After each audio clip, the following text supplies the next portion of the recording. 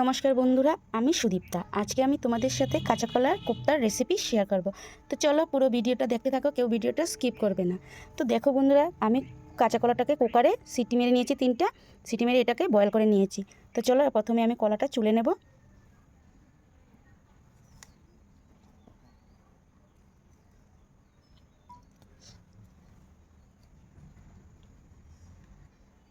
তো দেখো বন্ধুরা, কলাগুলো আমি চুলে নিয়েছি। এবার আমি ভালো করে এটা মেখে নেব।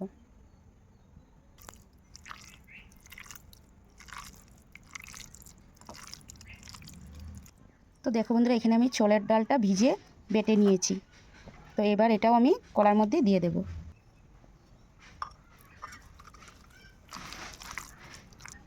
স্বাদ মতো এবার আমি নুনটাও দিয়ে দেব। এবার আমি হলুদের গুঁড়াও দিয়ে দেব।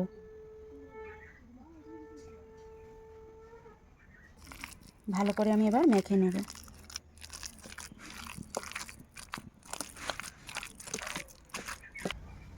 তো দেখো বন্ধুরা, এটা তো আমার রেডি হয়ে গেছে। এবার এটা আমি কিছুক্ষণের জন্য ঢেকে রেখে দেব। তো চলো এবার আমি মশলাটা তৈরি করে নিই। টমেটো কুচি, কাজু বাদাম, কাঁচা লঙ্কা,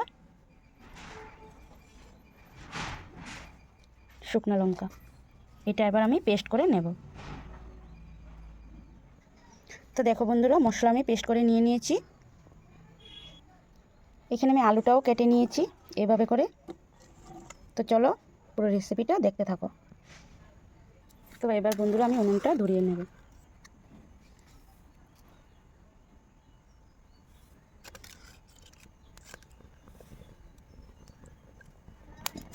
উনুনের মধ্যে আমি কড়াটা চেপে দিয়েছি। কড়াতে এবার আমি সরিষার তেল দিয়ে দেব।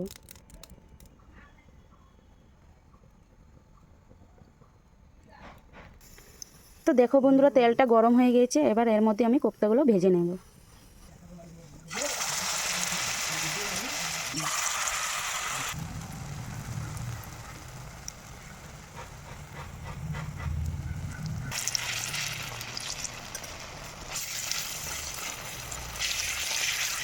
এভাবে করে আমি লাল লাল করে ভেজে নেব।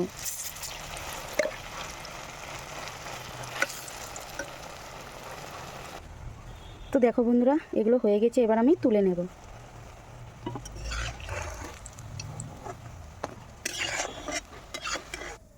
তো দেখো বন্ধুরা, আমি সবগুলো কোপ্তা এভাবে ভেজে নিয়েছি লাল লাল করে।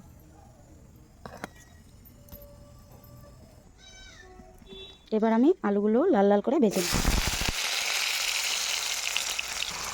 আলু ভাজার মধ্যে আমি নুন আর হলুদ দিয়ে দিয়েছি। এবার আলুগুলো আমি ভালো করে লাল লাল করে ভেজে নেব।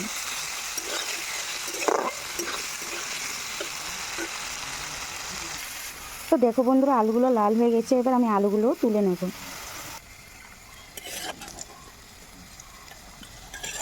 এবার ফোড়নের জন্য গোলমরিচ, এলাচ আর দারচিনি দিয়ে দেব, তেজপাতা। এবার বেটে রাখা মশলাগুলো তেলের মধ্যে দিয়ে দেব। এবার আমি গুঁড়া মশলাগুলো এর মধ্যে দিয়ে দেব। স্বাদ মতো নুন দিয়ে এবার মশলাটাকে আমি ভালো করে কষিয়ে নেব।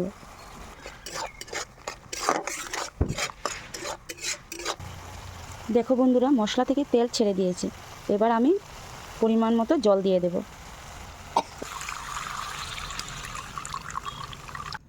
তো দেখো বন্ধুরা, আমি পরিমাণ মতো জল দিয়ে দিয়েছি। এবার ঝোলটা ফুটে গেলে এর মধ্যে আমি কোপ্তাগুলো আর আলুগুলো দিয়ে দেব। তো দেখো বন্ধুরা, ঝোলটা ফুটে গিয়েছে। এবার আমি আলুগুলো এর মধ্যে দিয়ে দেব।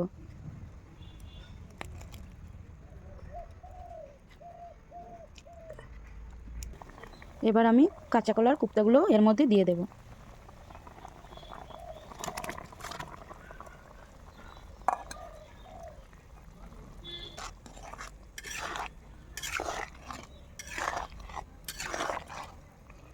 এবার আমি ধনেপাতা কুচি দিয়ে দেব। তো দেখো বন্ধুরা, আমার কাঁচা কলার কোপ্তার রেসিপি হয়ে গেছে। এবার আমি নামিয়ে নেব।